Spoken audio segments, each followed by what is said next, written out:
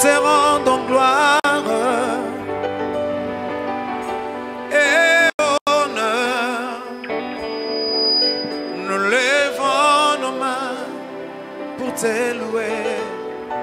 Exalte ton saint nom. Nous te rendons gloire et honneur. Est-ce que quelqu'un peut lever ses mains? Oui, nous levons nos mains pour te louer, exalter, nous te rendons gloire, et honneur. Ce matin, nous levons nos mains, pour te louer, exalter ton Saint-Nom, nous te rendons gloire.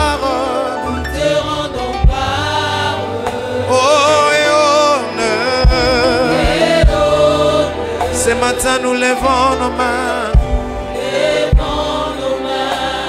pour te louer, exalte ton Saint-Nom. Oh, car tu es Dieu,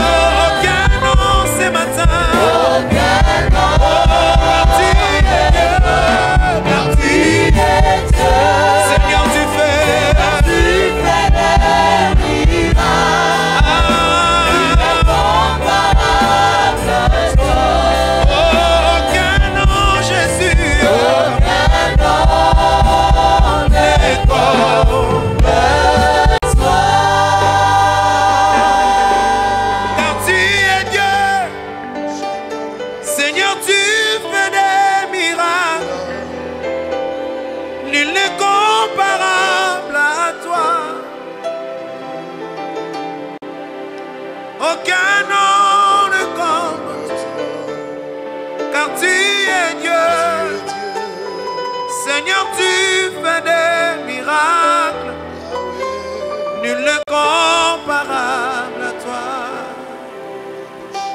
Quelqu'un peut lui dire ce matin, tu es Dieu, tu es Dieu. C'est toi qui fais des miracles. Est-ce que tu peux lever ta voix là où tu es? Alléluia. La vie que tu as ce matin, c'est un miracle de Dieu.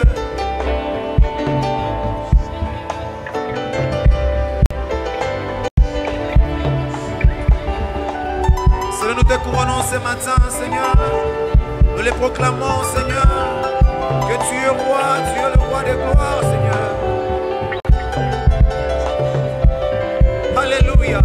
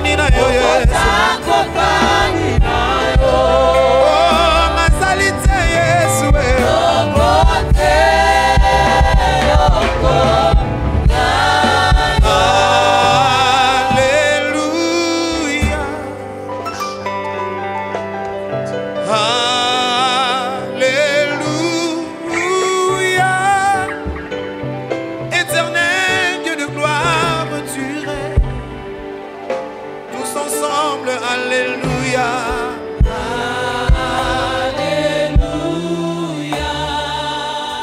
Alléluia.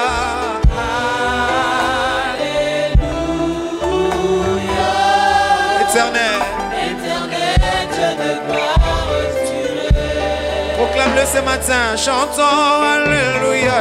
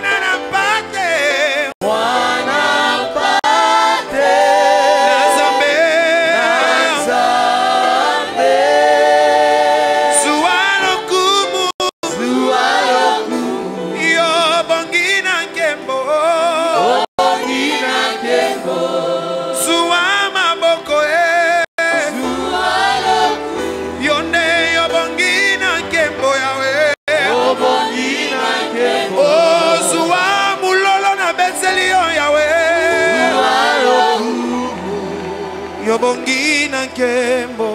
Yobongina Kembo. Oh, Amen.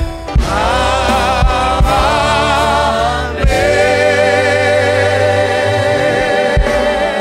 Acclame le roi, acclame celui qui vit éternellement.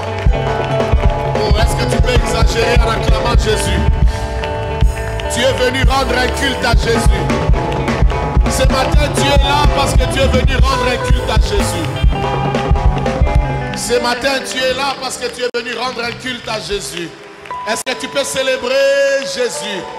Est-ce que tu peux célébrer l'homme de ta vie? Tu peux célébrer celui pour qui tu es ici. Celui que tu es venu célébrer. Je vois des gens assis. Et pourtant, tu es venu rendre un culte à Dieu. Je te vois assis.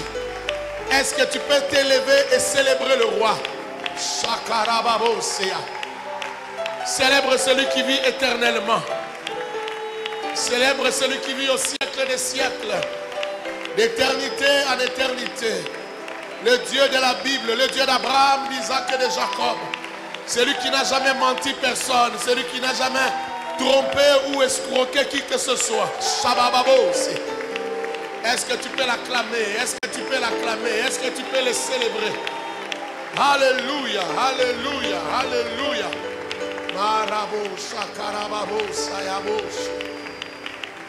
Oh, est-ce que quelqu'un peut donner un mololo à Dieu?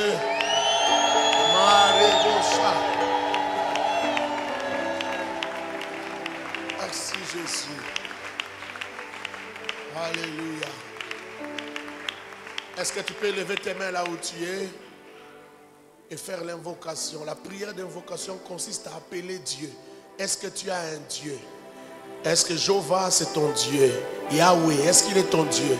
L'éternel Dieu des armées, est-ce qu'il est ton Dieu? S'il est ton Dieu personnel, lève tes mains et dis: Seigneur, viens ici.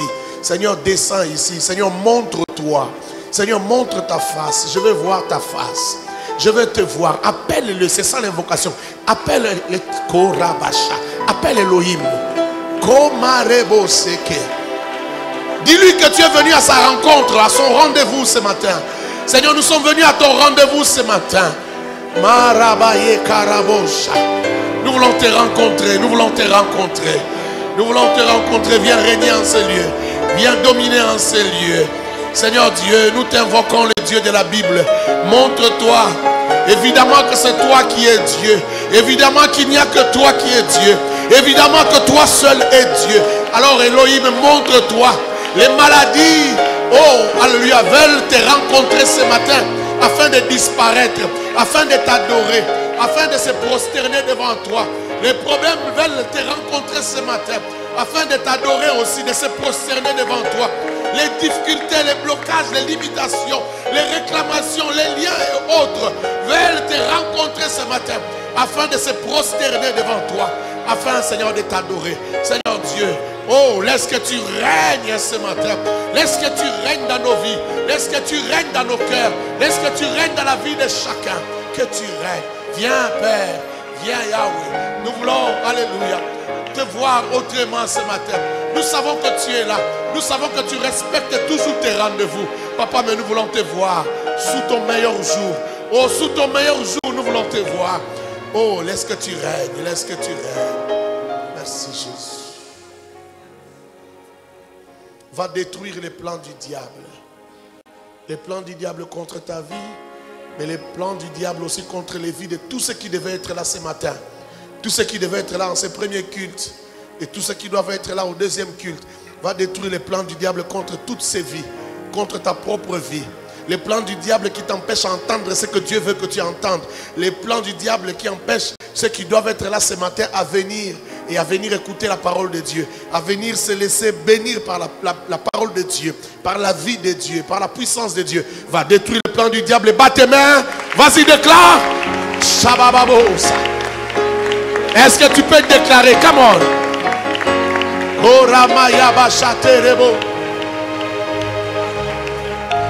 Signe de décret, signe de décret, proclame de décret. Yandarabo shekerebos. Oh, alléluia, alléluia, alléluia. Proclame des décrets. Le Dieu des miracles, le Dieu des miracles. Le Dieu vivant, le Dieu puissant. Shatarababo shekerebos. Yenderebo shakarebos.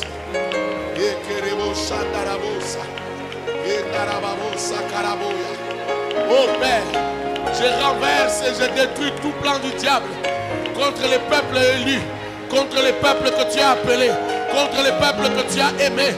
Je démolis cela, j'anéantis cela, je détruis tous les plans du diable, les projets du diable, ses actions, oh ses manipulations, contre ceux-là que tu as appelés, contre ceux-là que tu as prévus. Oh, parce que tu as connu leurs jours, tu as compté leurs jours. Les gens, les hommes, les femmes qui doivent écouter cette parole ce matin, qui doivent t'adorer ce matin. Oh Père éternel, tous les plans du diable contre leur vie doivent être anéantis, détruits dans le nom de Jésus. Papa, tous qui doivent te suivre en ligne, oh Père, que les plans du diable contre leur vie soient anéantis. Les diables qui ne veulent pas qu'ils soient sauvés, les diables qui ne veulent pas que leur vie soit transformée, que leur vie soit bénie, que leur vie soit libérée. Seigneur Dieu, j'anéantis le plan du diable. Je détruis le plan du diable. Je renverse le plan du diable. Je proclame la victoire. Je proclame la victoire de Dieu. Je proclame la puissance de Dieu sur les vies de tes enfants que tu as appelés. J'allume le feu. J'allume le feu. J'allume le feu. J'allume le feu dévorant. La parole déclare que l'Éternel est aussi un feu dévorant. Je déclare un feu. Que le feu embrase les vies de toutes les personnes. Que Elohim appelle. Que Elohim a décidé de libérer Dans le nom de Jésus. Dans le nom de Jésus. Dans le nom de Jésus. Dans le nom de Jésus. Je proclame la victoire. Je proclame la victoire. Je proclame la victoire. Donne l'entendement à ton peuple. Donne l'entendement à ton peuple. Que ton peuple soit attiré vers toi. Que ton peuple soit attiré vers les choses saintes. Que ton peuple, alléluia, soit attiré vers les choses d'en haut.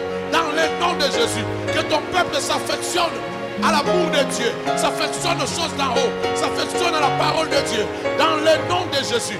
Sharababo, Yakarababosh, Yakarababosh, Yakarababosh, Oh Rababos, Kerababosh, dans le nom de Jésus. Merci Jésus. Merci Jésus. Va allumer un feu dans ta vie. Détruis tout ce qui te combat, tout ce qui t'empêche d'avancer. Les barrières, les limitations, tout ce qui t'empêche, tu sens que tu es bloqué. Tu sens que c'est comme si le ciel est fermé. Détruis toute barrière. Bombarde, déclare, décrète. Vas-y, bats les mains, déclare au nom de Jésus.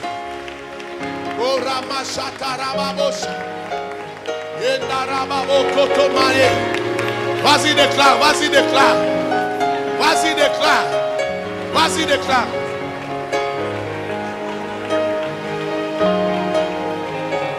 Rababosha, Yende Rabosha, Yende Reboshu Katabao, Yende Rebozuka Babose, Yende Rebozuka Mamaya Babos, Yetabaraboko. Oh, j'allume le feu, j'allume le feu. Rien ne m'empêche d'avancer, rien ne m'empêche d'avancer, rien ne m'empêche de réussir, rien du tout, rien du tout, rien du tout. Je détruis. Oh, je brise les portes, les verrous de fer. Je romps les portes des reins. Dans le nom de Jésus. Tout obstacle est anéanti. Dans le nom de Jésus. Tout obstacle est anéanti. Dans le nom de Jésus. Tout obstacle est détruit. Dans le nom de Jésus. Romasi Katoma. Rebosi Katora. Yababose. Yamanabosha. J'allume le feu autour de ma vie. Autour des projets de Dieu sur moi. J'allume le feu. Je détruis tout plan du diable, tout plan de l'ennemi, tout plan de l'enfer. Que le feu s'allume. Yanda barabo sandarababoshe. Yendarababo sakaraboshe. Yendarababosi kato yababo. Oh, je percerai, je percerai. Je percerai. Aucune barrière spirituelle ni physique ne me retiendra, ne m'empêchera de percer. Je percerai, je percerai, je perce. Oh, marebosha. Je perce, je perce, je perce, je perce, je perce. Je décrète le succès, je décrète le succès, je décrète la réussite. Komarabosha karababo yeketema. Je décrète la réussite, je décrète la réussite. Je décrète la faveur de Dieu. Je décrète l'amour de Dieu dans mon cœur. Je décrète la joie de Dieu dans mon cœur. Je décrète la paix de Dieu. La paix de Dieu dans mon cœur. Je décrète la puissance de Dieu dans ma vie. Dans le nom de Jésus. La puissance de Dieu dans ma vie. L'attachement à Dieu. Rababo Kotoma. Rababo Shodoma. Yekarababosi. Dans le nom de Jésus. Dans le nom de Jésus. Dans le nom de Jésus. Merci Jésus. Demande au Seigneur de te parler ce matin. Que le Seigneur te donne une parole pour ta vie. Une parole pour toi. Que Dieu te donne une phrase. Des paroles, des mots qui affectent, qui changent ta vie. Vas-y, élève tes mains et prie le Seigneur. Merci Jésus.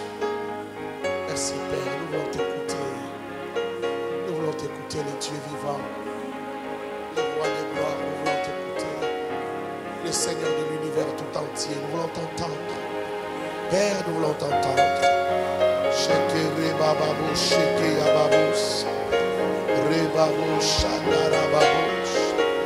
Yandarababo, sheke yababos. Que les plans de l'ennemi échouent. Que les plans des ténèbres échouent. Et que ta parole soit puissante dans nos oreilles comme dans nos cœurs. Que ta parole brûle dans nos cœurs. Que ta parole brûle dans nos cœurs comme une flamme. Que la flamme de ta parole brûle dans nos cœurs. Que les marteaux de ta parole cognent nos cœurs. Cognent. Que la crédulité se brise. Que les rochers se brisent. Marebosu kalabosha. Que le rocher s'épuise. Que la parole soit puissante dans nos cœurs et dans nos vies. Dans le nom de Jésus-Christ. Gloire à toi, Seigneur Jésus. Gloire à toi, Seigneur Jésus. Amen. Amen. Merci de bien l'acclamer. C'est comme si tu voulais vraiment l'acclamer. Fais-le bien.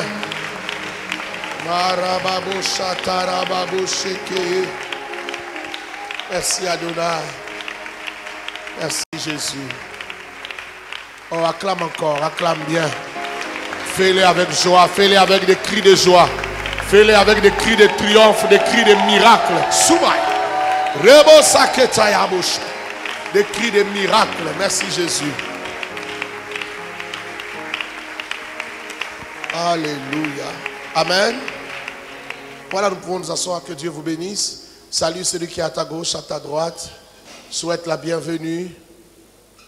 Souhaite la bienvenue. Bénis ton frère, ta soeur. Je ne te vois pas bénir. Bénis celui qui est à côté de toi.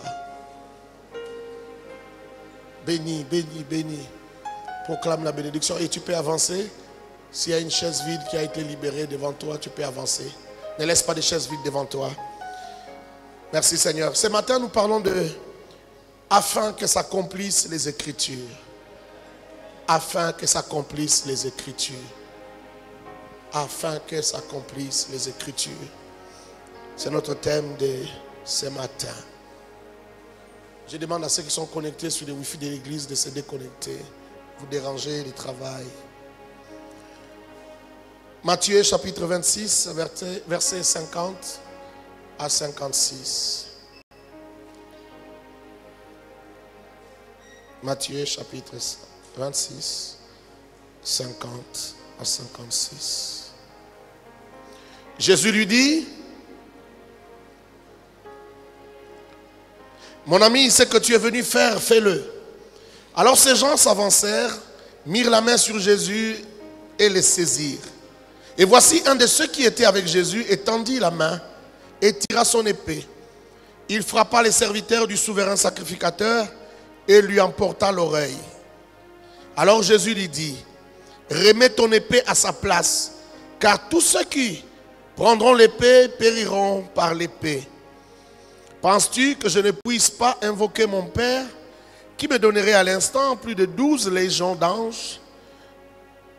Comment donc s'accompliraient les Écritures, d'après lesquelles il doit en être ainsi? En ce moment, Jésus dit à la foule: vous êtes venus comme après un brigand, avec des épées et des bâtons pour vous emparer de moi. J'étais tous les jours assis parmi vous, enseignant dans les temples, et vous ne m'avez pas saisi. Mais tout cela est arrivé afin que les écrits des prophètes fussent accomplis. Parole du Seigneur. Mais tout cela est arrivé afin que les écrits des prophètes fussent accomplis. Psaume 31, 15.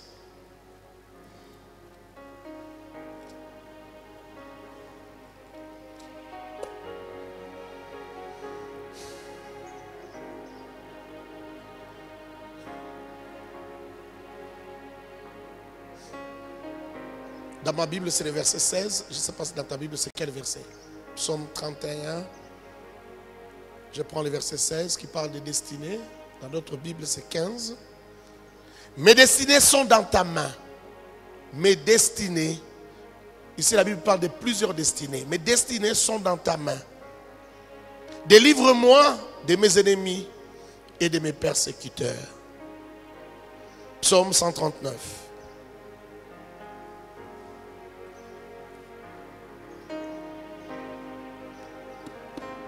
Psaume 139, verset 16. Quand je n'étais qu'une masse informe, tes yeux me voyaient.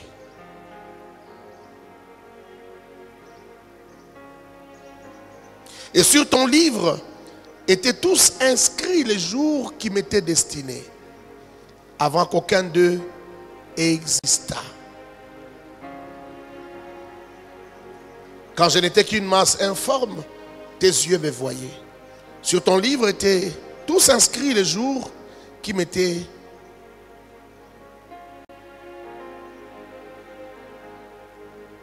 inscrits. Les jours qui m'étaient destinés avant qu'aucun d'eux n'existât. Ecclésiaste 3:2.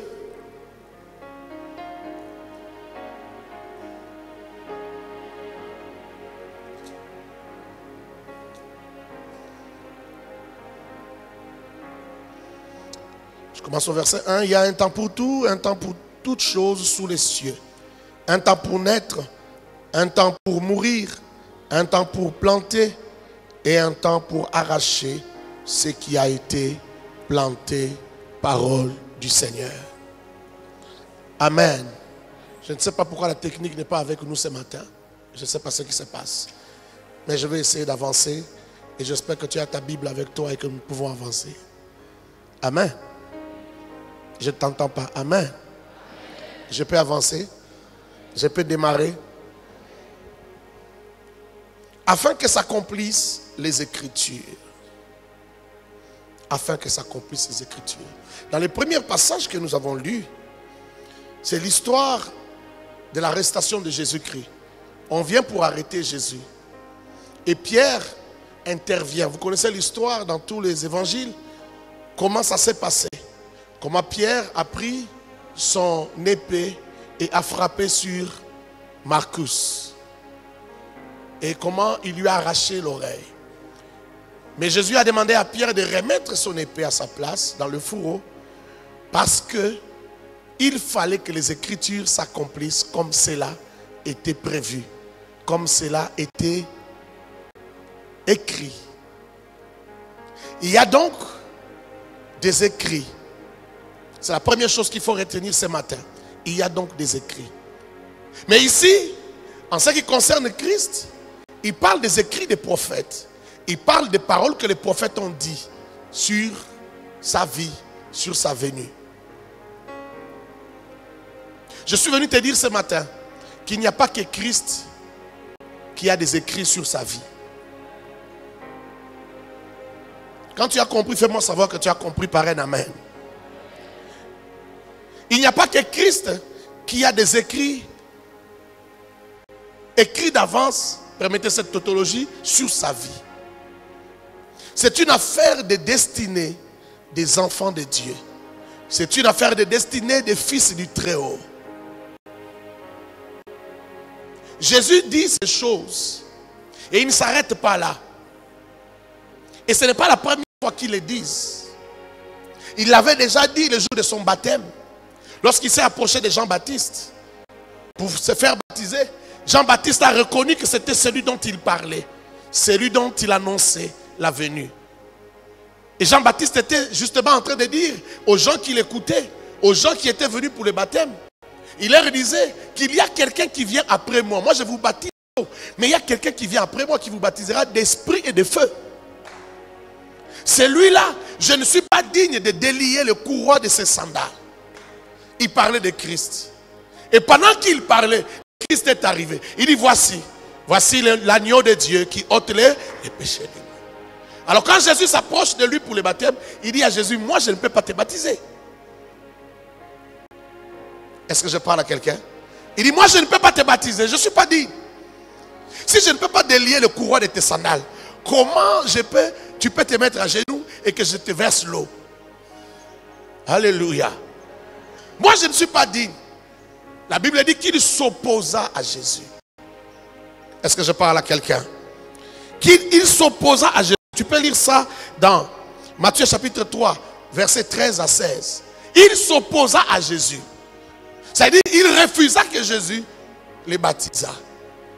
Que Jésus se fasse baptiser auprès de lui. Pourquoi il refuse? Parce que Jésus est plus grand que lui. Mais voici la réponse de Jésus. Laisse-toi faire. Laisse-toi faire. Car cela est juste. Pourquoi est-ce que Jésus dit que cela est juste? Cela est juste parce que c'est ce qui est écrit. Cela est juste parce que c'est ce qui a été prévu. Mais ce que Jésus dit par rapport au baptême, quand vous lisez tous les prophètes, vous ne les voyez pas. Dans aucun livre cela a été écrit. Mais Jésus dit, Laisse faire parce que cela est juste.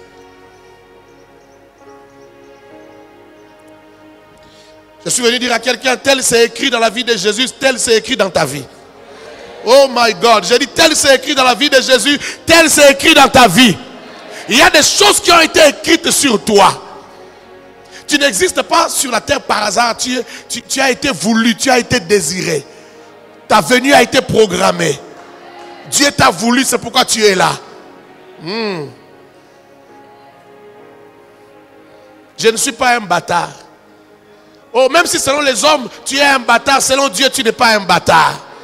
Oh, Dieu a prévu des marges d'erreur. Oh, est-ce que je parle à quelqu'un?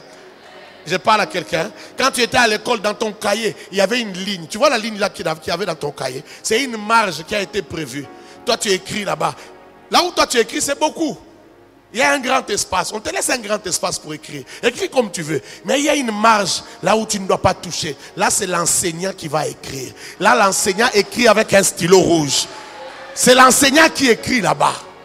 Est-ce que je parle à quelqu'un? Et dans ta vie, il y a une marge qui a été prévue. Dans cette marge-là, on a prévu aussi les erreurs de ta vie. On a prévu aussi les erreurs de ton père et de ta mère. On a prévu les erreurs de tes grands-parents, de tes arrière-parents. Est-ce que je parle à quelqu'un? Il y a une marge qui a été prévue. Toi, tu écriras. Mais il y a aussi quelqu'un qui a écrit. Et il y a quelqu'un qui continue à écrire. Oh, est-ce que je parle à quelqu'un? Sois béni ce matin. Oh, je disais, sois béni ce matin. J'aime ce que David dit dans le psaume 31.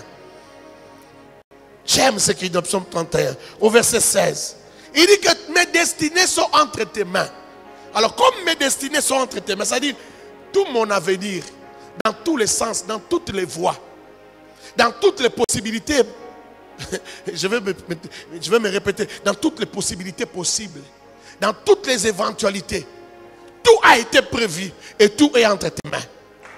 Tu tiens mes destinées entre tes mains. Oh, laisse-moi te dire, tu n'as pas qu'une seule destinée, tu as des destinées. Et toutes ces destinées sont entre les mains de l'Éternel. Et David dit, Seigneur, délivre-moi de mes adversaires. Parce que tout est entre tes mains. Tu connais toutes les possibilités. Alors délivre-moi de mes adversaires. C'est pourquoi il faut connaître Dieu pour savoir bien prier. Non, tu n'as pas dit amen. J'ai dit, c'est pourquoi il faut connaître Dieu pour savoir bien prier. Bien prier dépend de comment tu connais Dieu. Et tu peux lui dire ce qu'il faut, au moment qu'il faut. Tu ne rateras pas ta cible parce que tu connais Dieu. David connaissait Dieu. Il pouvait dire, mes destinées, toutes mes destinées sont entre tes mains. Et j'aime encore ce que David dit dans Psaume 139, au verset 16. Il dit, quand je n'étais qu'une masse informe, cette masse-là, est-ce la sémence? Parce que la sémence aussi est une masse informe. Est-ce l'embryon dans les ventres? Mais David, dans ce qu'il dit précède la masse informe. Il dit, quand je n'étais qu'une masse informe, tes yeux me voyaient. Tes yeux me voyaient. Il ne s'arrête pas là. Ça précède, il dit, sur ton livre étaient tous inscrits les jours qui m'étaient destinés. Tous mes jours étaient inscrits. Avant que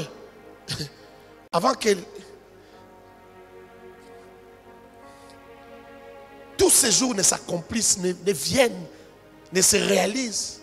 Avant que je ne vive qu'un seul jour sur la terre, tout était inscrit dans ton livre.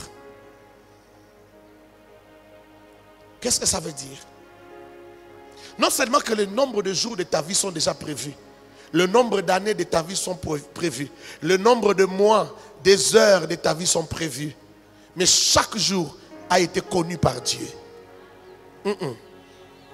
Tu n'as pas compris. J'ai dit chaque jour de ta vie a été connu par Dieu. Chaque jour de ta vie a été connu de 0 heure à 0 heure. Non seulement, quand on dit inscrit, ce n'est pas seulement les nombres, même les événements. Le jour qu'un serpent est mort, ce n'est pas un feu d'hasard. Cela a été inscrit dans les livres de Dieu. Si le livre des prophètes, ce que le livre des prophètes a dit, ou ce que les livres et les prophètes ont dit sur Jésus sont connus, se trouvent dans ta main, dans ta Bible. Mais c'est que les jours de ta vie disent, se trouvent dans la main de l'Éternel. Même si ce n'est pas un livre dans la main de quelqu'un. Mais David dit, ça se trouve dans ton livre. Tous mes jours sont dans ton livre. Tu as une destinée. Tu as des destinées.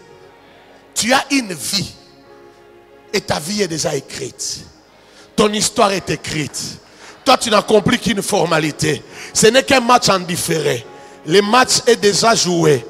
Le résultat est déjà connu.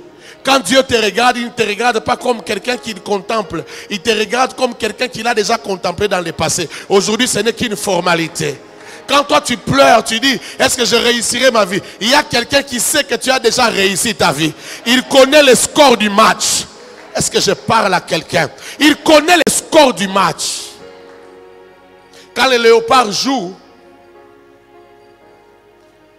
quand tu suis les matchs en différé, si tu es vraiment quelqu'un qui aime le foot, tu seras dans l'émotion. Mais le score est déjà connu. Le léopard a soit gagné, soit perdu les matchs. Mais même quand on a déjà gagné 3-0, quand tu regardes les matchs, parfois tu oublies qu'on a déjà gagné 3-0. Quand on veut encaisser un but, tu dis hey! Tu peux même crier sur un joueur. Est-ce qu'on joue comme ça? Mais pourtant, le score est déjà. Si vous n'aviez encaissé qu'un seul but, tu vois le but est déjà encaissé. Mais lorsqu'on veut encore encaisser le second but, tu cries. Et pourtant tu sais que nous avons gagné ce match 3-1. Tout ce que tu vois dans ta vie là, ce sont les péripéties du match de ta vie. Mais le résultat est déjà connu. N'aie pas peur. N'aie pas peur. Non, n'aie pas peur. Non, je dis n'aie pas peur. J'insiste, je dis n'aie pas peur. Il y a beaucoup de gens qui ne savent pas marcher dans la foi parce qu'ils ne savent pas faire confiance à Dieu. Fais confiance à celui qui a fait jouer les matchs de ta vie. Vous savez, je ne sais pas si ça se passe ailleurs. Au Congo, plusieurs personnes m'ont rassuré, m'ont dit que les fétiches existent dans le foot. Beaucoup de gens m'ont dit ça. Et il s'avère que ça marche souvent. C'est pourquoi jusqu'à aujourd'hui nos équipes, même quand ils perdent, ils continuent à faire toujours les fétiches.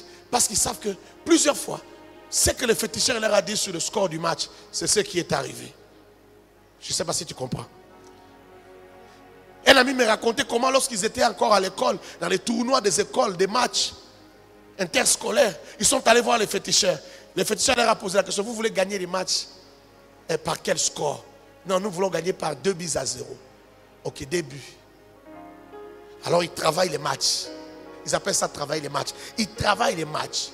Et puis il dit, votre numéro 7 c'est qui? On dit c'est tel. C'est Mambweni. Ok, Mambweni, tu marqueras les 2 buts. Tu marqueras les 2 buts. Amen. Alors les joueurs sont allés faire ça sans l'entraîneur. Ils sont revenus, les matchs commencent, on n'a pas aligné Mambweni dans les matchs. Ils ont joué. Quand ils ont senti que ça devenait chaud. Mais ils ont remarqué quelque chose. C'est que quand l'équipe adverse tirait, même si ça venait vers les poteaux, ça prenait une autre direction. Ça n'entrait jamais. Mais ils ont tout fait. Il y a quelqu'un qui joue au poste de Mambweni qui a tout fait pour se faire blesser, se faire casser. Comme ça on les sort. Parce que Mambweni doit entrer. Et quand il entre, à quelques minutes de la fin, il marque le début. Et ils ont gagné. Comme les petits féticheurs avaient travaillé. Je l'appelle petit parce que moi je te parle d'Elohim. Je te parle de Dieu. Je te parle du Dieu d'Abraham, d'Isaac et de Jacob. Qui a dit, je suis le seul à être Dieu. Il n'y a pas d'autre Dieu devant ma face. Moi seul est Dieu. Et Elohim défie le monde entier. Il défie les esprits, il défie les autorités et les puissances. Il dit, moi j'annonce une chose à l'avance et cela arrive. Des années à l'avance, des siècles à l'avance, j'annonce une chose et cela arrive à l'accomplissement. Qui est Dieu comme moi? J'aime Dieu parce qu'il sait se taper la poitrine. Toi aussi, il faut te connaître. Il faut savoir que tu as un Dieu. Il faut savoir que le match a déjà été joué. Ce que tu vois là, ce n'est pas un match.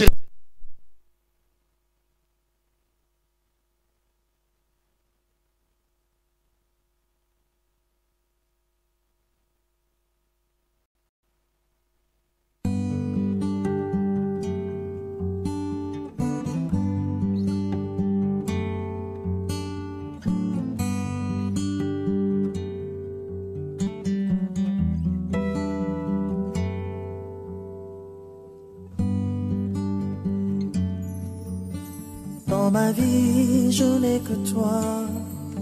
Sans toi, Rabbi, oh, je me noie. Tu prends ma main quand je suis faible. Jésus, tu es mon roi. Rien ne pouvait changer mon cœur, à part le sacrifice de la croix. Tu as pris cette place pensant à moi. Tu es Jésus, tu es tout ce que j'ai. Ah, yes, tu changes, tu modifies la foi de ton cœur.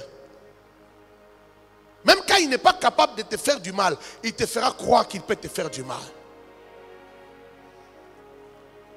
Dans l'histoire de Martin Luther, c'est lui qui a amené la réforme, le protestantisme.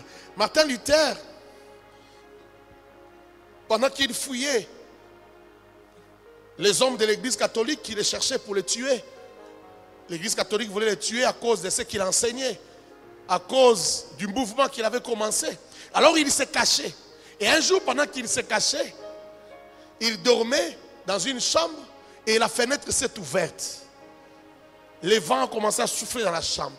Il a senti la présence de quelqu'un dans la chambre.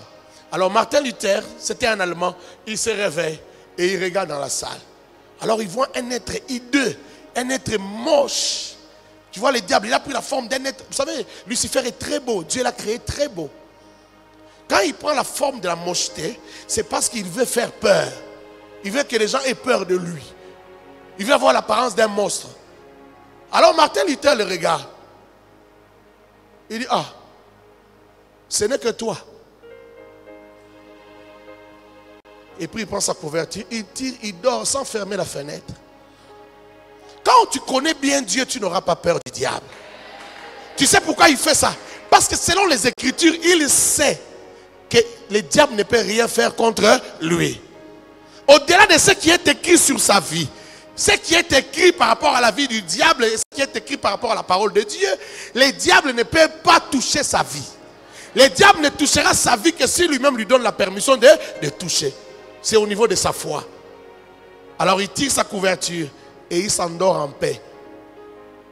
Ce qui m'étonne dans cette histoire, c'est que Martin Luther a peur des catholiques plus que du diable. Il a peur des hommes plus que du diable. Parce qu'il sait que le diable ne le touchera pas.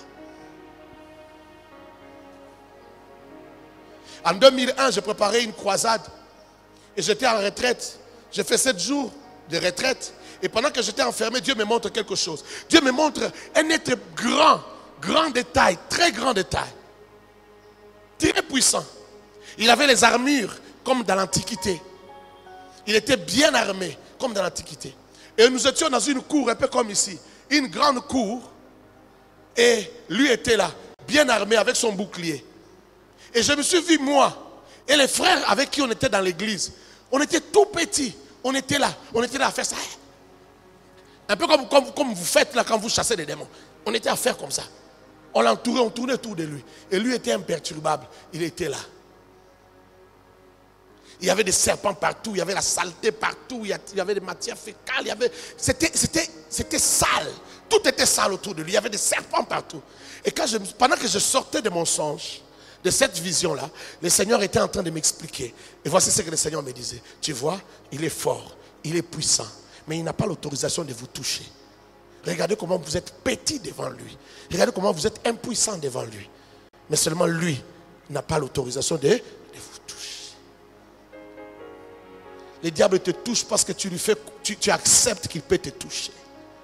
Il peut t'intimider, mais il n'a pas le pouvoir de te toucher. Le diable te touche seulement quand tu as sa dette. Jésus a dit, le prince de ce monde vient, mais il n'y a rien de lui en moi. L'impudicité, c'est la dette du diable que tu as. Quand tu vas toucher le gnognon là, c'est la dette du diable. Tu t'endettes chez le diable. Il viendra te chercher, il a besoin de tes mains. Quand tu embrasses une femme d'autrui dans l'adultère, tu embrasses, je ne sais pas, une femme qui n'est pas ta femme, tu as la dette du diable. Il te cherchera. Vous avez des comptes à vous rendre. C'est là et c'est comme ça qu'on obscurcit les voies du Seigneur. Tes destinées sont entre les mains de Dieu. Mais toi-même, tu peux obscurcir les desseins de Dieu. Dieu t'a créé de peu inférieur à lui. Il t'a créé comme un Dieu. Il t'a donné la latitude de définir ta propre vie. D'accepter ou de refuser les destinées de Dieu sur ta vie. C'est dans ta conduite, c'est dans ta manière de te comporter que tu détermines si les voies du Seigneur vont se réaliser dans ta vie ou si tu vas t'éloigner des voies du Seigneur. Est-ce que je parle à quelqu'un?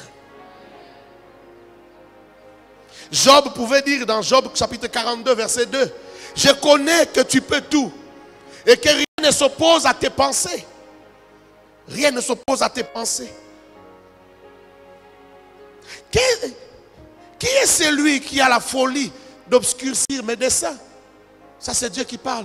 Qui est celui qui a la folie d'obscurcir mes desseins? C'est qui? Dieu appelle ça une folie. Que tu essayes d'obscurcir ses desseins, il appelle ça une folie. N'oublie pas que la Bible dit qu'il y a un temps pour toutes choses. Il y a un temps pour naître et un temps pour mourir. J'aimerais dire à quelqu'un, il y a aussi un temps pour échouer et un temps pour avoir du succès. Lorsque le temps du succès arrive dans ta vie, que tu vives réellement les succès. C'est là que se trouve le problème dans la destinée. Quand le temps de Dieu arrive, n'obscurcis pas les voies du Seigneur. C'est pourquoi tu dois préparer ton cœur, tu dois apprêter ton cœur pour que les voies du Seigneur ne soient jamais obscurcies.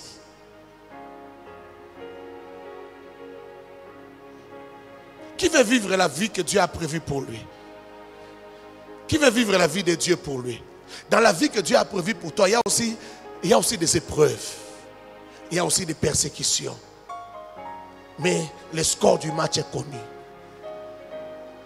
Il est mieux que je vive la vie de Dieu au lieu que je vive ma propre vie. Vous savez, lorsque nous prions, parfois nous prions mal parce que nous ne connaissons pas la volonté de Dieu. Et il y a des choses que nous demandons à Dieu, nous pleurons pour ça. Mais Dieu sait ce qui nous est vraiment important, ce qu'il nous faut. Dieu sait. Alors voilà pourquoi je vais te dire, je vais t'expliquer comment tu dois vivre ce qui est écrit. Écris dans ton cahier comment, avec point d'interrogation. La première chose, il faut connaître Dieu. Je le disais tout à l'heure, quand tu connais Dieu, tu sauras comment marcher avec lui. Quand tu connais Dieu, tu sauras même des prières qu'il ne faut pas faire. Comme quelqu'un ferait prier pour dire, Seigneur, éloigne de moi cette épreuve. Non, Dieu ne peut pas éloigner ces épreuves dans ta vie. Une épreuve doit t'arriver. Parce que c'est par l'épreuve que Dieu te cote. C'est par l'épreuve que Dieu t'évalue. Une épreuve, éprouver veut dire évaluer et juger. Donc on t'évalue, on te donne une cote. C'est ça, éprouver. C'est ça, épreuve. Les épreuves doivent arriver. Tu vas passer par des moments difficiles. Une épreuve peut être même la mort d'un être cher. Une épreuve peut être même une fausse couche. Ça peut être une épreuve de Dieu. Parce que Dieu veut voir ton cœur. Dieu veut voir si tu lui fais confiance. Si tu l'aimes. Si tu continues à t'attacher à lui. Dieu veut voir jusqu'à quel point tu lui fais confiance. Lorsqu'on vient te dire, ma soeur, on doit t'arracher des trompes, tu n'auras plus jamais d'enfants. Qu'est-ce que toi tu dis dans ton cœur? Qu'est-ce que tu confesses devant les médecins? Est-ce que tu dis que j'aurai des enfants? où tu acceptes, Dieu veut voir à quel point tu lui fais confiance. C'est une épreuve. Parfois, Dieu peut laisser qu'on t'arrache les trompes. Pas parce que Dieu n'a pas décidé dans son plan merveilleux, dans ses décès, dans son livre. Dieu n'a pas décidé que tu n'aies pas d'enfants. Dieu a décidé que tu auras des enfants. C'est écrit. Mais comme toi tu ne connais pas Dieu, quand on t'arrache les trompes, tu dis c'est fini, je n'aurai plus d'enfants. Or Dieu veut simplement voir ta foi. Est-ce que tu peux croire en lui au-delà des paroles des médecins? Est-ce que tu peux croire en lui au-delà de la science? Est-ce que tu peux croire en lui au-delà de ton intelligence? Est-ce que tu peux lui faire confiance au-delà de ton intelligence? Il y a des maladies qui ne sont pas maladies. Il y a des problèmes qui ne sont pas problèmes. Il y a des morts qui ne sont pas morts. Il y a des morts qui sont sommeil. Voilà pourquoi Jésus pouvait dire, allons réveiller notre ami Lazare, car il dort. Mais pour tout le monde, Lazare était mort. Ça faisait 4 jours qu'il était dans la tombe. Il pourrissait, il sentait mauvais. Mais pour Jésus, Lazare dormait. Comment expliquer il sent mauvais? Non, il sent mauvais selon vous les hommes. Ça c'est selon l'intelligence des hommes. Mais par rapport à la divinité, par rapport à la position de Dieu, sentir mauvais n'est pas un problème. Il dort. Il dort. Parce qu'un mort ne peut pas se réveiller. S'il peut se réveiller, c'est qu'il dort. C'est un sommeil de 4 jours. Est-ce que je parle à quelqu'un? Et toi, si tu étais Marie, tu étais Marthe, tu es en train de pleurer, tu es sans espoir, malgré que tu vois Jésus, et tu dis à Jésus, si tu eusses été là, Lazare ne serait pas mort, notre frère ne serait pas mort. Pourquoi tu dis ça? Parce que tu penses que Jésus peut ressusciter et peut guérir les malades, mais il ne peut pas ressusciter les morts. Tu te dis, il y a une limite. On a déjà franchi la limite. À ce niveau ici, il ne pourra plus rien. Notre ami Jésus ne pourra plus rien. Mais Jésus, justement, a besoin d'enseigner à Marie, à Marthe, à tous les habitants de Béthanie, que Dieu n'a pas de limite. Non, tu ne m'as pas entendu. J'ai dit, Dieu n'a pas de limite. Non, j'ai dit encore, Dieu n'a pas de limite. J'ai dit encore, Dieu ne connaît pas de limite. Je vais le dire autrement, aucune limite n'arrête Dieu. Aucune limite n'arrête Dieu. Je répète, aucune limite n'arrête Dieu. Les limites sont les limites des hommes. Est-ce que je parle à quelqu'un? J'ai dit les limites sont les limites des hommes. Les limites c'est pour les hommes. C'est pour les yeux des hommes. Et c'est pour l'intelligence des hommes. Les limites ne sont pas pour Dieu. Les seules limites de Dieu c'est la volonté de Dieu. Tu ne m'as pas entendu. J'ai dit les seules limites de Dieu c'est la volonté de Dieu. Et même là encore, même la volonté de Dieu, tu peux la bousculer. C'est ça l'importance de connaître Dieu. Même la volonté de Dieu, tu peux la bousculer. Deuxième chose. Je connais quelqu'un qui a bousculé la volonté de Dieu. Dieu lui a dit, prépare-toi Ézéchias. Il lui annonce sa mort. Parce que c'est quelqu'un de proche. Il a fait des erreurs, mais c'est quelqu'un de proche. Ce n'est pas tout le monde qui a la grâce que Dieu lui dise tu vas mourir, prépare-toi, donne des ordres à ta famille. Non. Mais on dit ça à Ézéchias. Mais Ézéchias refuse. Malgré qu'il constate que Dieu est proche de lui. Il refuse, il dit Seigneur, souviens-toi que j'ai fait ça pour toi. J'ai fait ça pour toi. J'ai détruit les hôtels de Baal. J'ai construit ça pour toi. J'ai fait ça pour toi. Il pleure pendant 15 minutes. La Bible dit pendant quelques minutes, je suppose que c'était une quinzaine. Pendant qu'il pleure, pendant qu'il part, le prophète qui était venu lui annoncer sa mort était encore dans la cour. Le Seigneur lui dit, oh Isaïe rentre, Isaïe rentre. Va dire à mon serviteur, le roi Ézéchias, que je lui rajoute 15 ans. Il a bousculé la volonté de Dieu parce qu'il connaissait Dieu. Est-ce que tu m'entends? Est-ce que tu comprends ces choses? Il a bousculé la volonté de Dieu, pourquoi? Je ne t'entends pas. Il a bousculé la volonté de Dieu, pourquoi? Parce qu'il connaissait Dieu. Maintenant, ma question est celle-ci. Qu'est-ce qui était inscrit dans les livres de Dieu? C'était plus 15 ans ou pas? S'il avait 60 ans, c'était 75 ans, c'était 60 ans qui étaient inscrits dans son livre. Est-ce que Dieu avait déjà inscrit 75 ans? Mais il testait la foi d'Ézéchias pour qu'il choisisse entre 60 et 75. Ou alors, Dieu a effacé et il a réécrit. Je déclare et je décrète ce matin. Laisse que Dieu efface et qu'il réécrive dans ta vie. Écoute, celui qui tient les livres, celui qui écrit dans les livres, a la possibilité d'effacer et de réécrire. Est-ce que je parle à quelqu'un? Même l'enfant à l'école maternelle, à l'époque, nous, on utilisait des ardoises. On nous apprenait à écrire, effacer et réécrire.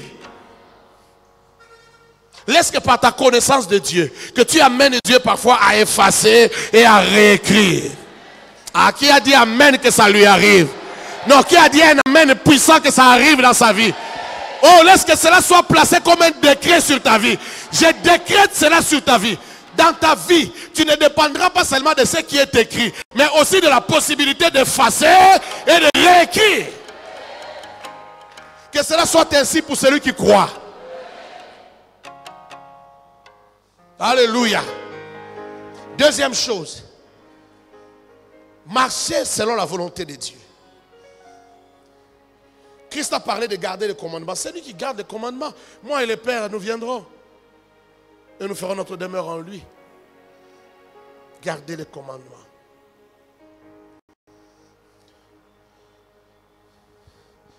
Marchez selon la volonté de Dieu. Même Christ devant la mort, il sent que c'est difficile. Il voit la scène de sa mort. Il peut voir ça, c'est un prophète. Il voit toute la vision, comment il est à Golgotha nu. Les mains trouées, les pieds troués, en train de saigner. Il dit, Seigneur, c'est trop dur. Il voit comment il crie quand on frappe le clou sur son corps. Il dit, non, Seigneur, Père, est-ce que je saurais boire cette coupe? Et il s'est ressaisi, il dit, sinon pas ma volonté, mais ta volonté. Parce qu'il sait que la volonté de Dieu, c'est la meilleure. La volonté de Dieu, c'est ce qu'il faut. Même quand tu pleures, quand tu pries, quand tu cherches la face de Dieu, n'oublie jamais que c'est la volonté de Dieu qui est la meilleure. N'oublie pas. C'est important de connaître la volonté de Dieu sur ta vie. Qu'est-ce que tu sais de ta vie? Qu'est-ce que Dieu t'a dit sur ta vie? Qui es-tu? Où vas-tu? Pourquoi Dieu t'a envoyé sur la terre? Quel est le rôle que tu dois jouer dans ta famille? Pourquoi tu as connu le Seigneur? Qu'est-ce que tu dois apporter aux membres de ta famille? Il est important de connaître la volonté de Dieu pour toutes choses, mais surtout pour ta vie. Quelle est la volonté de Dieu pour ta vie? Est-ce que tu connais la volonté de Dieu pour ta vie? Moi, parfois, ça m'étonne quand je vois quelqu'un quitter l'église. Tu pries ici pendant 3 ans et puis un jour, tu te décides de quitter. Tu sais, une église, tu ne peux même pas la quitter parce que tu as déménagé. Ah, tu as déménagé dans ton église, c'est bien, mais tu réfléchis comme un homme animal. Tu réfléchis comme un païen. Tu quittes l'église parce que tu as déménagé. Donc tu étais dans l'église là par hasard. Pour toi, l'église, c'est comme une porte de toilette. Tu vois, quand tu es devant les toilettes, il y en a peut-être 6 pour les hommes là-bas, 6 pour les femmes ici. Tu viens, celle que tu trouves vide, tu fais quoi? Tu entres. L'église, ce n'est pas comme une porte de toilette. L'église, c'est une affaire de destinée. Parce que c'est le lieu de l'enseignement. Ce n'est pas tout enseignement dont ta vie a besoin. Tous tes jours ont été inscrits dans les livres de Dieu. Ce n'est pas tout homme qui peut t'enseigner. Ce n'est pas tout homme qui va te donner la nourriture de la destinée. Est-ce que je parle à quelqu'un? Dans toutes les toilettes, il y a des cuves. Mais si on doit rentrer dans la pensée de Dieu, toutes ces cuves ne se ressemblent pas. Tout prédicateur prêche. Mais tout prédicateur n'est pas le prédicateur de ta destinée. Lorsqu'on marche avec Dieu, lorsqu'on comprend la volonté de Dieu, on saura que même les lieux sont des mystères. Dieu ne bénit pas en tout lieu. Dieu ne visite pas en tout lieu. Dieu visite chacun à son adresse. Et ton adresse, c'est là où Dieu t'a envoyé. Où est-ce que toi, Dieu t'a envoyé? Quelqu'un te piétine comme ça, moi je change d'église. Quelqu'un te piétine, tu changes de département. Qui t'a dit qu'on entre dans les départements qu'on aime? Qui t'a dit ça? On n'entre pas dans les départements qu'on aime. On entre dans les départements du rôle de sa vie dans le corps du Christ. dans le corps du Christ, vous voyez un corps, là je suis là, un corps, j'ai des doigts, j'ai des orteils, j'ai des cheveux, j'ai des yeux, j'ai un nez, j'ai une bouche. Chaque membre du corps a un rôle à jouer. Et aucun membre peut jouer le rôle de l'autre. Mes yeux ne peuvent pas manger les foufous à la place de ma bouche. Parce que ma bouche supporte les piments, mais mes yeux ne supporteront pas les piments. Et la Bible dit que nous sommes des membres dans le corps du Christ. Tu peux pas être à la place de quelqu'un d'autre. Tu dois être à ta place. Clair ou pas clair? Même quand tu lis ce qu'on dit sur le ministère, Ephésiens chapitre 4, verset 11. Quand tu arrives, on dit, il a donné les uns comme apôtres, prophètes, il a donné les docteurs, les pasteurs, les évangélistes. Mais quand tu arrives au verset 12, on dit, c'est pour le perfectionnement des saints. Premier objectif. Deuxième objectif, pour l'édification du corps du Christ. Ça veut dire, quand un prédicateur de Ephésiens 4, 11 prêche, c'est-à-dire apôtre, prophète, docteur, pasteur, évangéliste, quand il prêche, il vous édifie, il vous perfectionne, il vous lave du sang de l'agneau, il vous lave avec l'enseignement, l'eau de l'enseignement, il vous rend propre pour Dieu. La deuxième chose, il vous prend, il fait de vous, son enseignement va faire de vous un membre dans le corps. Toi là-bas tu es le nez, l'autre là-bas est la bouche. Par l'enseignement tu deviens la bouche, le nez ici.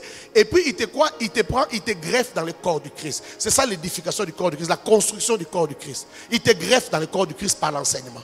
Mais il y a une troisième chose. La troisième chose, c'est celle-ci. C'est plus la Bible Semeur qui le dit bien. C'est pour t'amener à accomplir ton ministère, ça veut dire ton service dans le corps du Christ. Tu ne peux pas être un membre dans le corps sans accomplir les services que tu dois du membre dans le corps. Les pieds ne peuvent pas laver le visage. Les orteils ne peuvent pas laver le visage. Il faut que tu aies des doigts, que tu aies une main pour laver les visages. Alors si tu as une main, tu dois jouer ton rôle. Voilà pourquoi.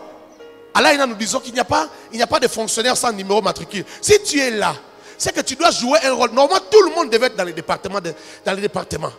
Tout le monde devait être ouvrier. Parce que si tu es un membre du corps du Christ, tu dois avoir un rôle à jouer dans le corps.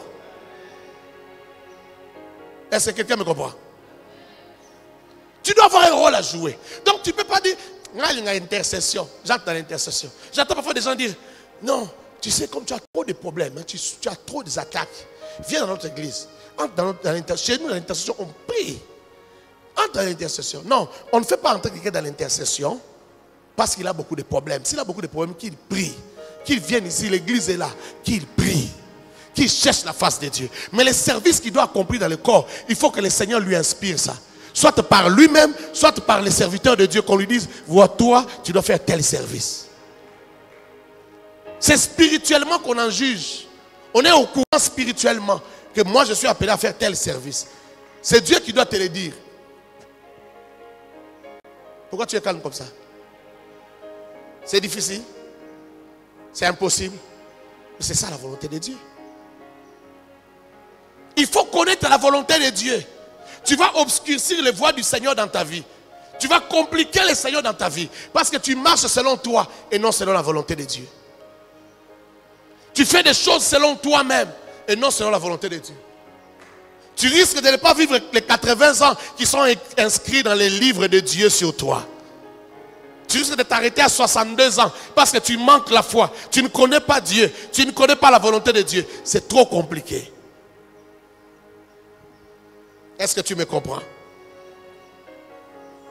Troisième chose. Priez pour que sa volonté s'accomplisse. Comment tu vas vivre les destinées de Dieu? Tes destinées selon Dieu. Troisième chose, tu dois prier pour que la volonté de Dieu s'accomplisse dans ta vie. Prie souvent que la volonté de Dieu s'accomplisse. Seigneur, j'ai besoin du pain, j'ai besoin de ceci, j'ai besoin du lait, j'ai besoin de ceci. C'est bien, mais prie surtout que la volonté de Dieu s'accomplisse dans ta vie. Qu'est-ce que Dieu a prévu pour toi? Il connaît tous tes jours. Tous tes jours sont inscrits dans son livre. Est-ce que tu peux vivre ce que Dieu a prévu pour toi? La Bible déclare qu'il a fait un projet de bonheur et de paix pour toi. Ce n'est pas un projet de malheur. Est-ce que le projet de Dieu, le projet de paix et de bonheur peut s'accomplir dans ta vie? Demande à Dieu, prie souvent pour ça, que la volonté de Dieu arrive dans ta vie. Quatrième chose, il faut lui demander de te révéler sa volonté, afin d'agir selon elle. Quand tu connais la volonté de Dieu sur ta vie, tu prieras selon la volonté de Dieu. Tu prieras pas seulement, mais tu agiras. Tu serviras dans les départements selon la volonté de Dieu. Tu t'attacheras à un homme selon la volonté de Dieu. Tu t'attacheras à une femme selon la volonté de Dieu. Il y a des hommes de la destinée. Il y a les hommes que Dieu t'a envoyés afin que vous puissiez cheminer ensemble jusqu'à la fin de ta vie. Il n'y a pas que les maris. Dieu peut te donner aussi un homme. Il peut te donner un pasteur. Il peut te donner un mentor. Il peut te donner un ami pour toute la vie. Pour la destinée. Dieu peut te faire rencontrer aussi quelqu'un pour un temps. Mais le rôle que cette personne doit jouer dans ta vie est tellement primordial. C'est à cause de la personne qui est à côté de toi que tu pourras mettre les pas sur la marche qui vient. Est-ce que je parle à quelqu'un? Est-ce que je parle à quelqu'un? Un jour, je suis entré dans la vie de quelqu'un. Je ne le citerai pas. Je suis entré dans la vie de quelqu'un. Et après quelques semaines, il m'a cherché, il m'a vu, il m'a dit ceci. Il dit, Dieu m'a parlé de toi. Moi, j'ai dit, ça veut dire? Il dit, non, Dieu m'a parlé de toi cette nuit. C'est un homme que je respecte beaucoup. Il dit, Dieu m'a parlé de toi cette nuit. J'ai dit, ah bon? Qu'est-ce que Dieu a dit? Il dit, Dieu m'a montré que ma rencontre avec toi, ce n'est pas par hasard. Tu as un rôle important à jouer dans ma vie. Il dit, voici ce que j'ai vu. J'ai vu que j'étais en train de courir, on me poursuivait. Beaucoup de gens me poursuivaient. C'est un serviteur de Dieu, hein? Ce n'est pas n'importe qui. C'est lui dont je parle. On le poursuivait par des bâtons. Nous tous ici, nous sommes poursuivis. Si quelqu'un te voit, on te poursuit, ce n'est que normal. Ce n'est pas encore un message. Tous ici, nous sommes poursuivis. Les traditions, les démons, les esprits avec lesquels nos aïeux ont fait des pactes nous poursuivent. Parce que nous sommes sortis de l'enclos. Tobimi na lupa una bango to kima. To échappé. Na prison na bango to bima. Olo ba men to za posa otika runa. To échappa. Alors à Lukarabiso. On nous suit, on nous poursuit avec des bateaux et tout ça. Il dit alors j'étais poursuivi. Et j'ai vu une montagne. J'ai dit mon salut c'est d'aller sur la montagne là. Et il me poursuivait, j'ai monté. Je suis arrivé au milieu de la montagne, je me suis fatigué. Je n'arrivais plus à monter. Et pendant que je pensais qu'on va me rattraper, qu'on va me détruire, j'étais vu. Tu étais dans ma vision, tu étais grand, tu étais fort. Tu es venu, tu m'as soulevé, tu m'as transporté comme si je ne pesais pas. Tu m'as mis sur tes épaules et tu as commencé à courir avec moi. Et tu m'as amené jusqu'au sommet de la montagne. Waouh! Quand il a dit ça, il avait les larmes aux yeux. Moi aussi j'avais les larmes aux yeux. Parce que moi aussi je ne comprends pas. Comment je peux être la personne qu'il est en train de décrire? Mais c'est une affaire de destinée. Ce n'est pas une affaire de force, c'est une affaire de destinée. Nos destinées ne sont pas les mêmes. Oh, je répète, nos destinées ne sont pas les mêmes. Là où toi tu es faible, quelqu'un d'autre peut être fort. Nous sommes complémentaires. Là où quelqu'un est retenu par une chaîne, toi tu es libre. C'est toi qui peux l'aider à être délivré de cette chaîne-là. Nous avons des destinées. C'est pourquoi il faut connaître et comprendre les choses de Dieu. Il faut prier que Dieu te montre ta vie. Il y a des gens que Dieu a envoyés ici pour soutenir les travaux. Si on devait simplement faire la volonté de Dieu. Oh, peut-être que ce temple serait fini depuis longtemps. Peut-être qu'on aurait déjà acheté même 5 parcelles ici. On serait en train de construire des écoles. Mais il y a des gens que Dieu a envoyés, à qui Dieu a parlé à l'oreille. Va là-bas, va soutenir mon serviteur. Va là-bas, va soutenir mon œuvre. Mais ils sont venus, ils font autre chose. Quand tu fais autre chose, au lieu de faire ce que tu dois faire, même ta destinée, tu ne la vivras pas complètement. C'est dans ce que tu fais que se trouve ta bénédiction. Non, je vais le dire mieux. C'est dans les œuvres de ta destinée, les œuvres qui ont été inscrites dans les livres de Dieu, les œuvres qui ont été prévues pour toi. C'est dans cela que se trouve ta bénédiction. Mais quand toi tu n'as rien compris, tu as $50, tu regardes tes $50, tu dis non, non, j'ai beaucoup de choses à faire. Je ne peux pas, je ne peux pas. Tu écoutes les bénédictions de Dieu dans ta vie. Vous savez, quelqu'un peut avoir une grande destinée, mais mourir parce qu'il a pris un autre chemin. Il ne peut plus devenir l'homme que Dieu attend qu'il devienne. Donc Dieu ne trouve plus important qu'il vive. Pourquoi il vivrait? Pour faire quoi? Pour seulement être le mari de tel? pour être le papa de tel. Il n'a plus de course à faire sur la terre. Sa mission est finie. Ou il a pris notre direction. Ce n'est pas la direction de sa mission. Dieu n'a plus besoin de toi. Et il t'arrache de la terre. C'est comme ça qu'on a vu beaucoup de gens. Dieu l'avertit, ne fais pas ça. Fais attention, rentre sur le chemin. Surtout les gens qui servent Dieu, qui prient, ou qui sont des prédicateurs, ils croient que Dieu est devenu leur ami. Parce que tu prêches, parce que tu vois Dieu opérer des miracles avec toi, tu crois que tu es devenu l'ami de Dieu. Quand tu t'éloignes de sa volonté, il t'avertit, il t'envoie des gens, il te parle, tu n'écoutes pas, il t'envoie des gens, tu n'écoutes pas. Un jour, il va t'arracher de la terre. Il y a des gens qui ont été arrachés à voir seulement la manière dont ils sont morts. Tu comprends qu'ils devaient encore vivre, mais Dieu les a arrachés. Est-ce que vous me comprenez? Est-ce que vous me comprenez? On raconte qu'au temps de Branham, William Marion Branham, c'était un serviteur puissant. Tellement puissant. Oh, nous ne sommes pas puissants. Tellement puissant. Lui, il utilisait l'onction qu'il avait pour ressusciter même les animaux. Il pouvait même ressusciter les chiens. Il ressuscite l'oiseau.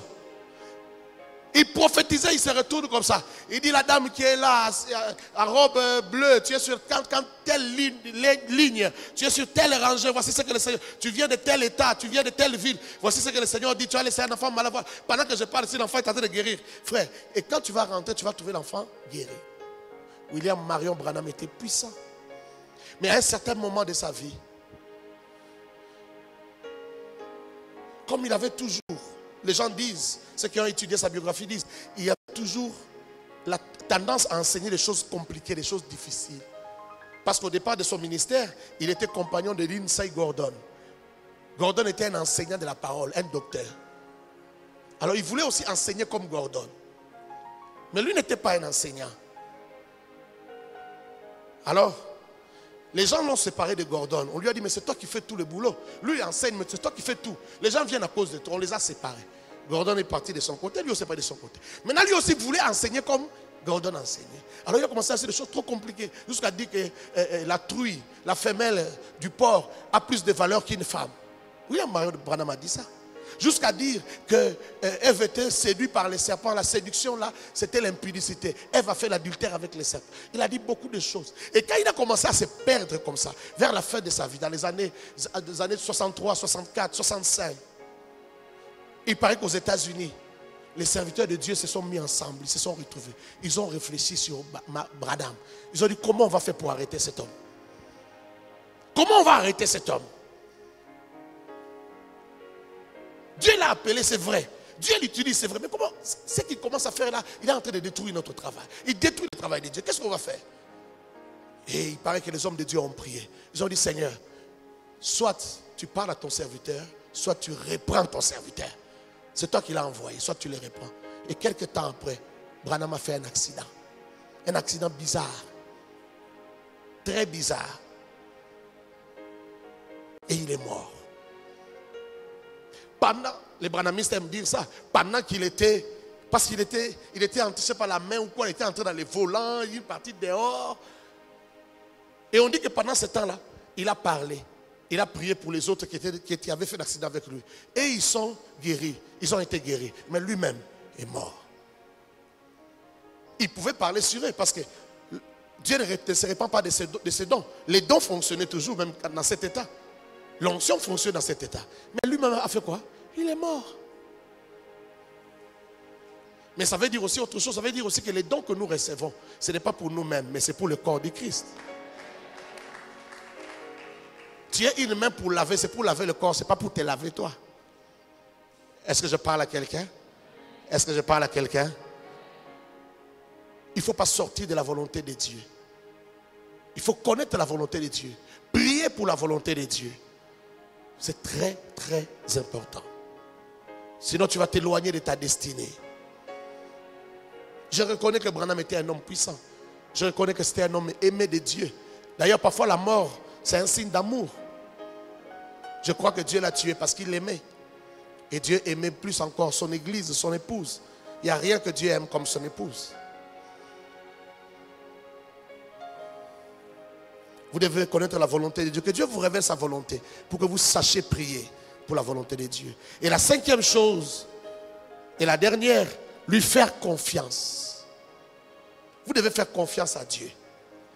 Faire confiance à la volonté de Dieu. Beaucoup de gens ne savent pas faire confiance à Dieu.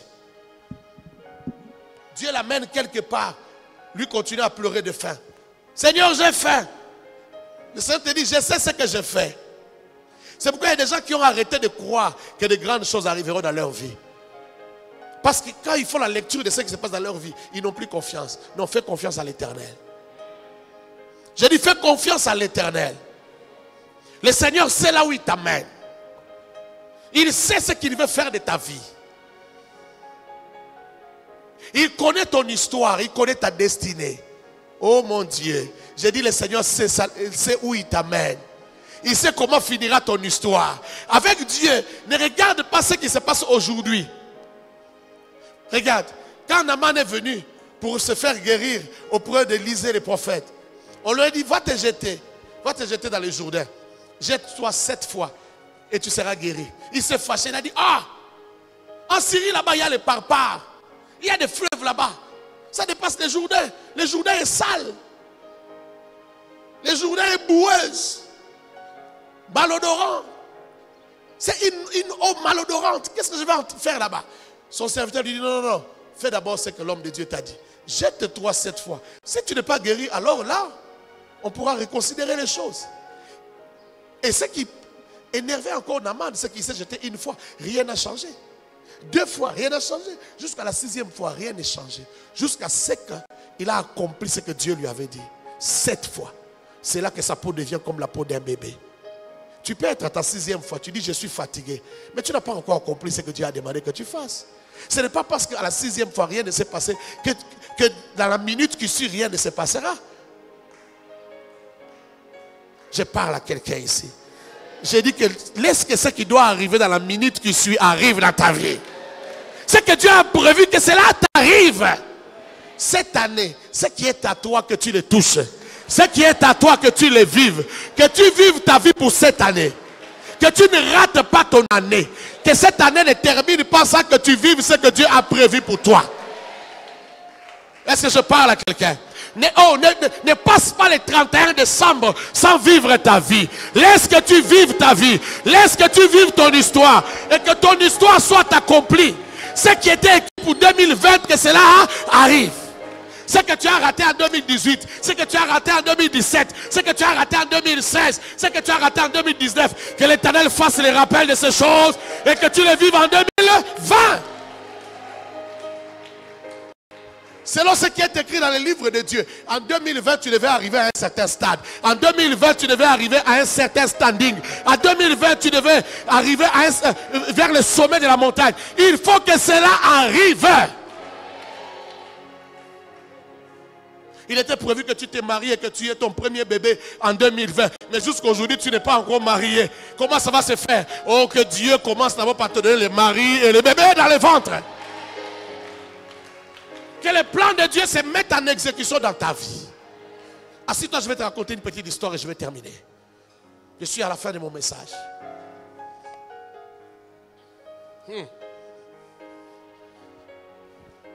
L'autre fois, je vous ai parlé du prophète Moïse.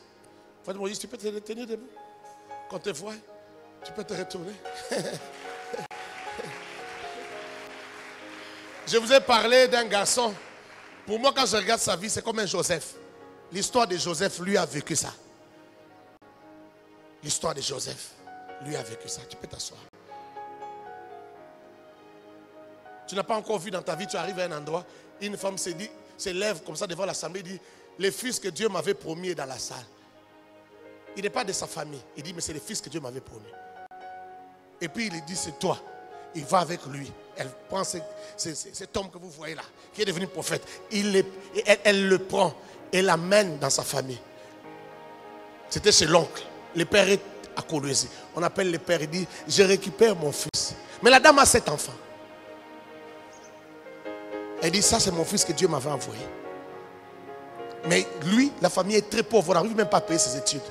Cette dame lui dit, c'est la fois que Dieu m'avait envoyé. Elle paye ses études jusqu'à l'université. Sans qu'il ne rentre voir sa famille pendant 9 ans. Quand il rentre, il est déjà un grand garçon, il a déjà fini les études. Et ça ne traîne pas, il commence un boulot, il commence à prendre soin de sa famille. Il commence avec un salaire de 1200. J'ai déjà parlé de ça ici, j'en parle pour ceux qui n'étaient pas là. Il n'y a que Dieu qui fait des choses comme ça. Des choses qu'on ne peut pas expliquer. Et après 4 ans de travail, il arrête de travailler. Il dit Dieu m'appelle à autre chose. Mais ce qu'il commence là, le fait rencontrer le gouverneur. Et il s'est fait nommer comme chef de secteur. Et là où il est, moi je l'ai connu parce qu'il gère des millions quelque part. Quelqu'un est allé à l'inspection là-bas faire du travail. Et il dit j'ai rencontré quelqu'un de spécial. Et me l'a amené. Dieu. Ça c'est juste, j'ai juste écouté ça. Mais quelle histoire. Ça fait lever les cheveux. Laisse-moi te raconter encore une autre histoire. Ça s'est passé la semaine, pas cette semaine, l'autre semaine là. Non, la semaine passée. Quand le président est revenu de Goma. C'est une histoire encore fraîche. Quand le président est revenu de Goma, pendant qu'il était à Goma, quelqu'un, un de ses proches, qui me raconte lui-même cette histoire, me dit, c'était un soir, il était à la maison, son frère lui a envoyé une vidéo par WhatsApp. On lui a envoyé une vidéo, il regarde, il voit un enfant congolais qui fait des choses ingénieuses. Je ne vais pas dire ce qu'il fait. Peut-être que tu vas regarder la vidéo. Tu vas aller ensorceler l'enfant d'autrui. Le garçon là est génie, est un génie. Mais il est seulement diplômé d'État. Il n'a que 20 ans. Il fait des choses ingénieuses. Je ne vais pas dire ce qu'il a fabriqué. Sinon tu vas le reconnaître. Ce garçon-là, alors quand il a regardé la vidéo, il a serré dans son cœur que j'envoie au président cette vidéo.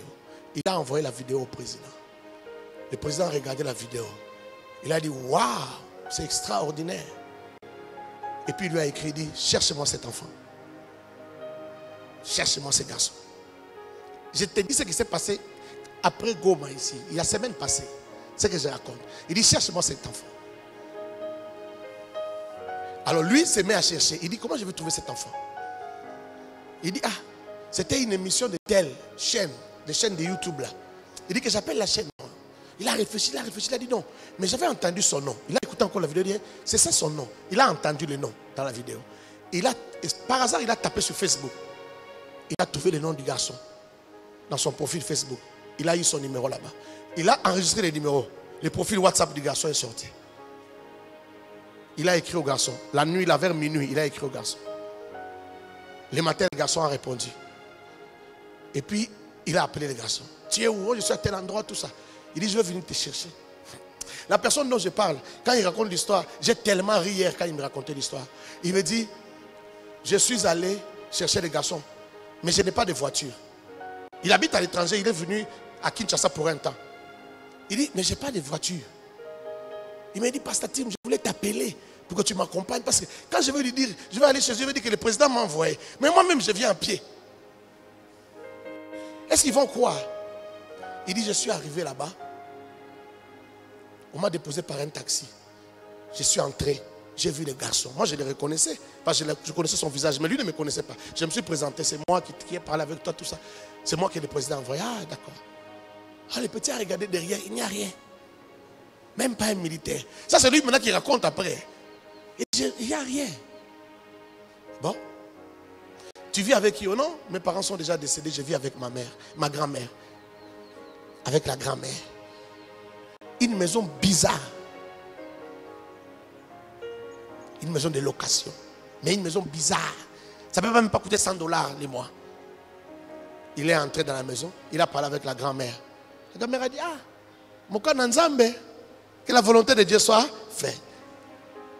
C'est comme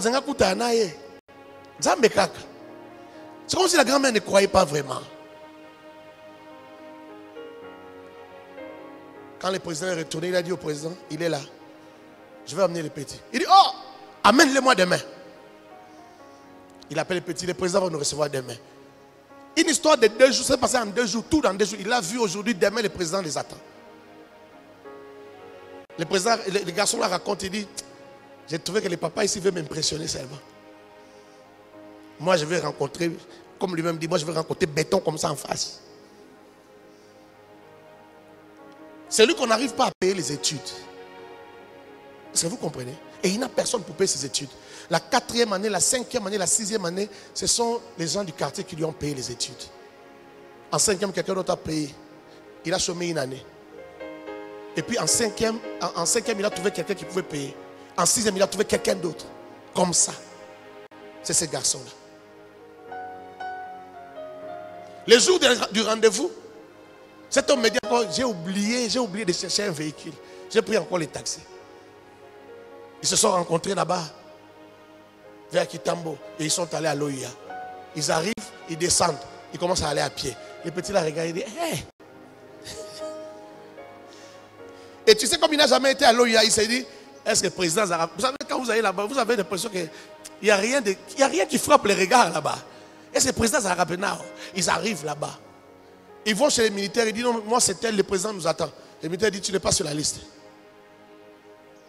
Il traîne un peu, un des militaires dit, t'as la papa. Ah, bah, t'es le maraboité. Les petits là entendent. Comment on dit, allez là-bas, viens le kiosque.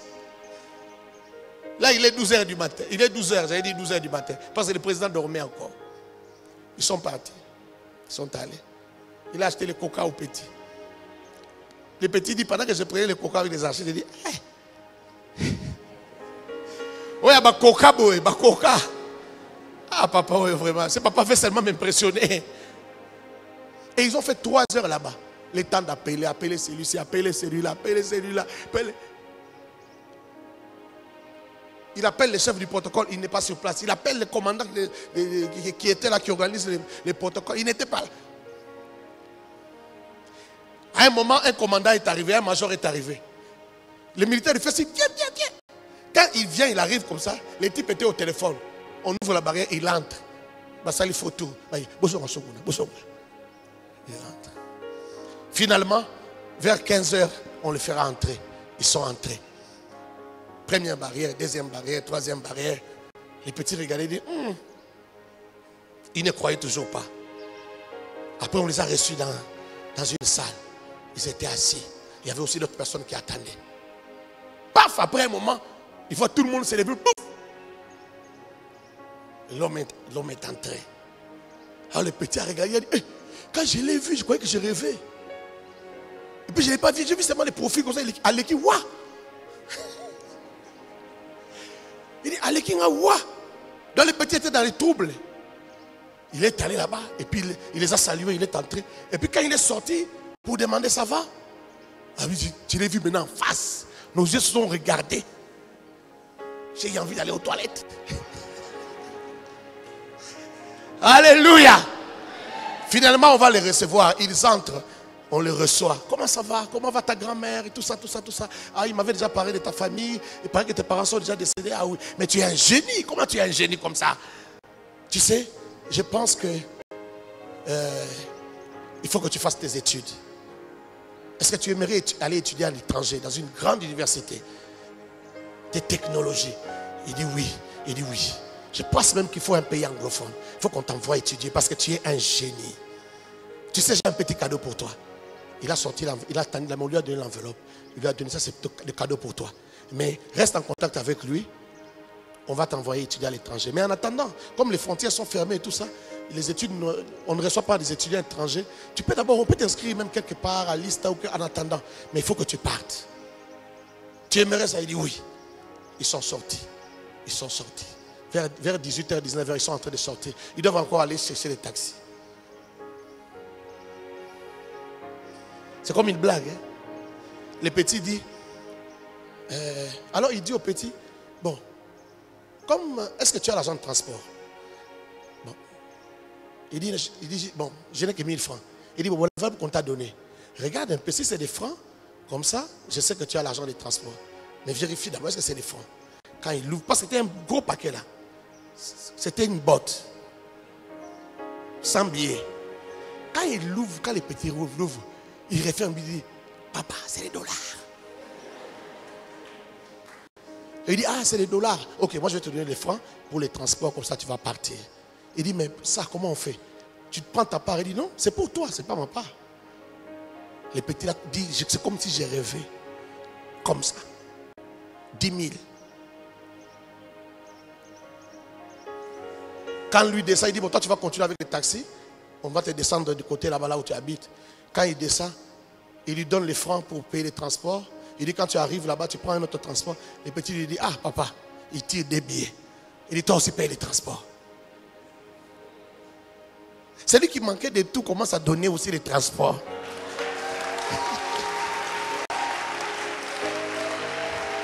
Il dit, papa, toi aussi prends les transports.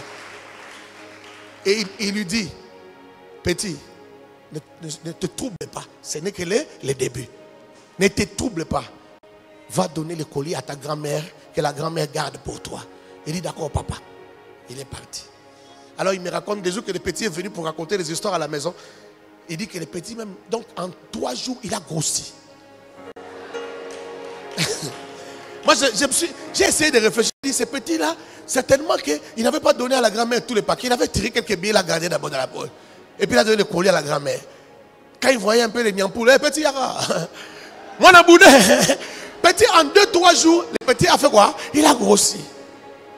Et puis il a acheté une belle chemise. Les jours où ils sont allés voir le président, c'était une chemise bizarre. Là, il a acheté une belle chemise. Et voilà, il raconte.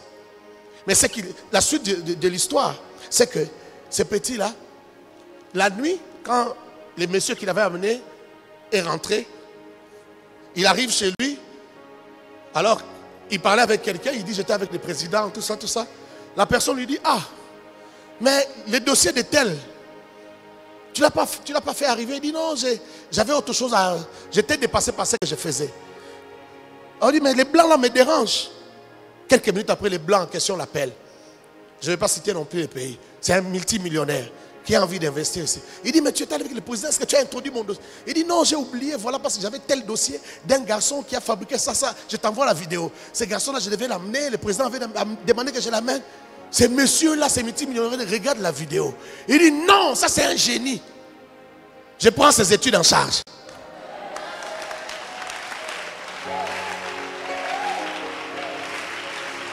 Il dit, moi, exactement ce que le président avait dit. Moi, je veux qu'il étudie dans un pays anglophone. Il faut qu'il vienne étudier ici.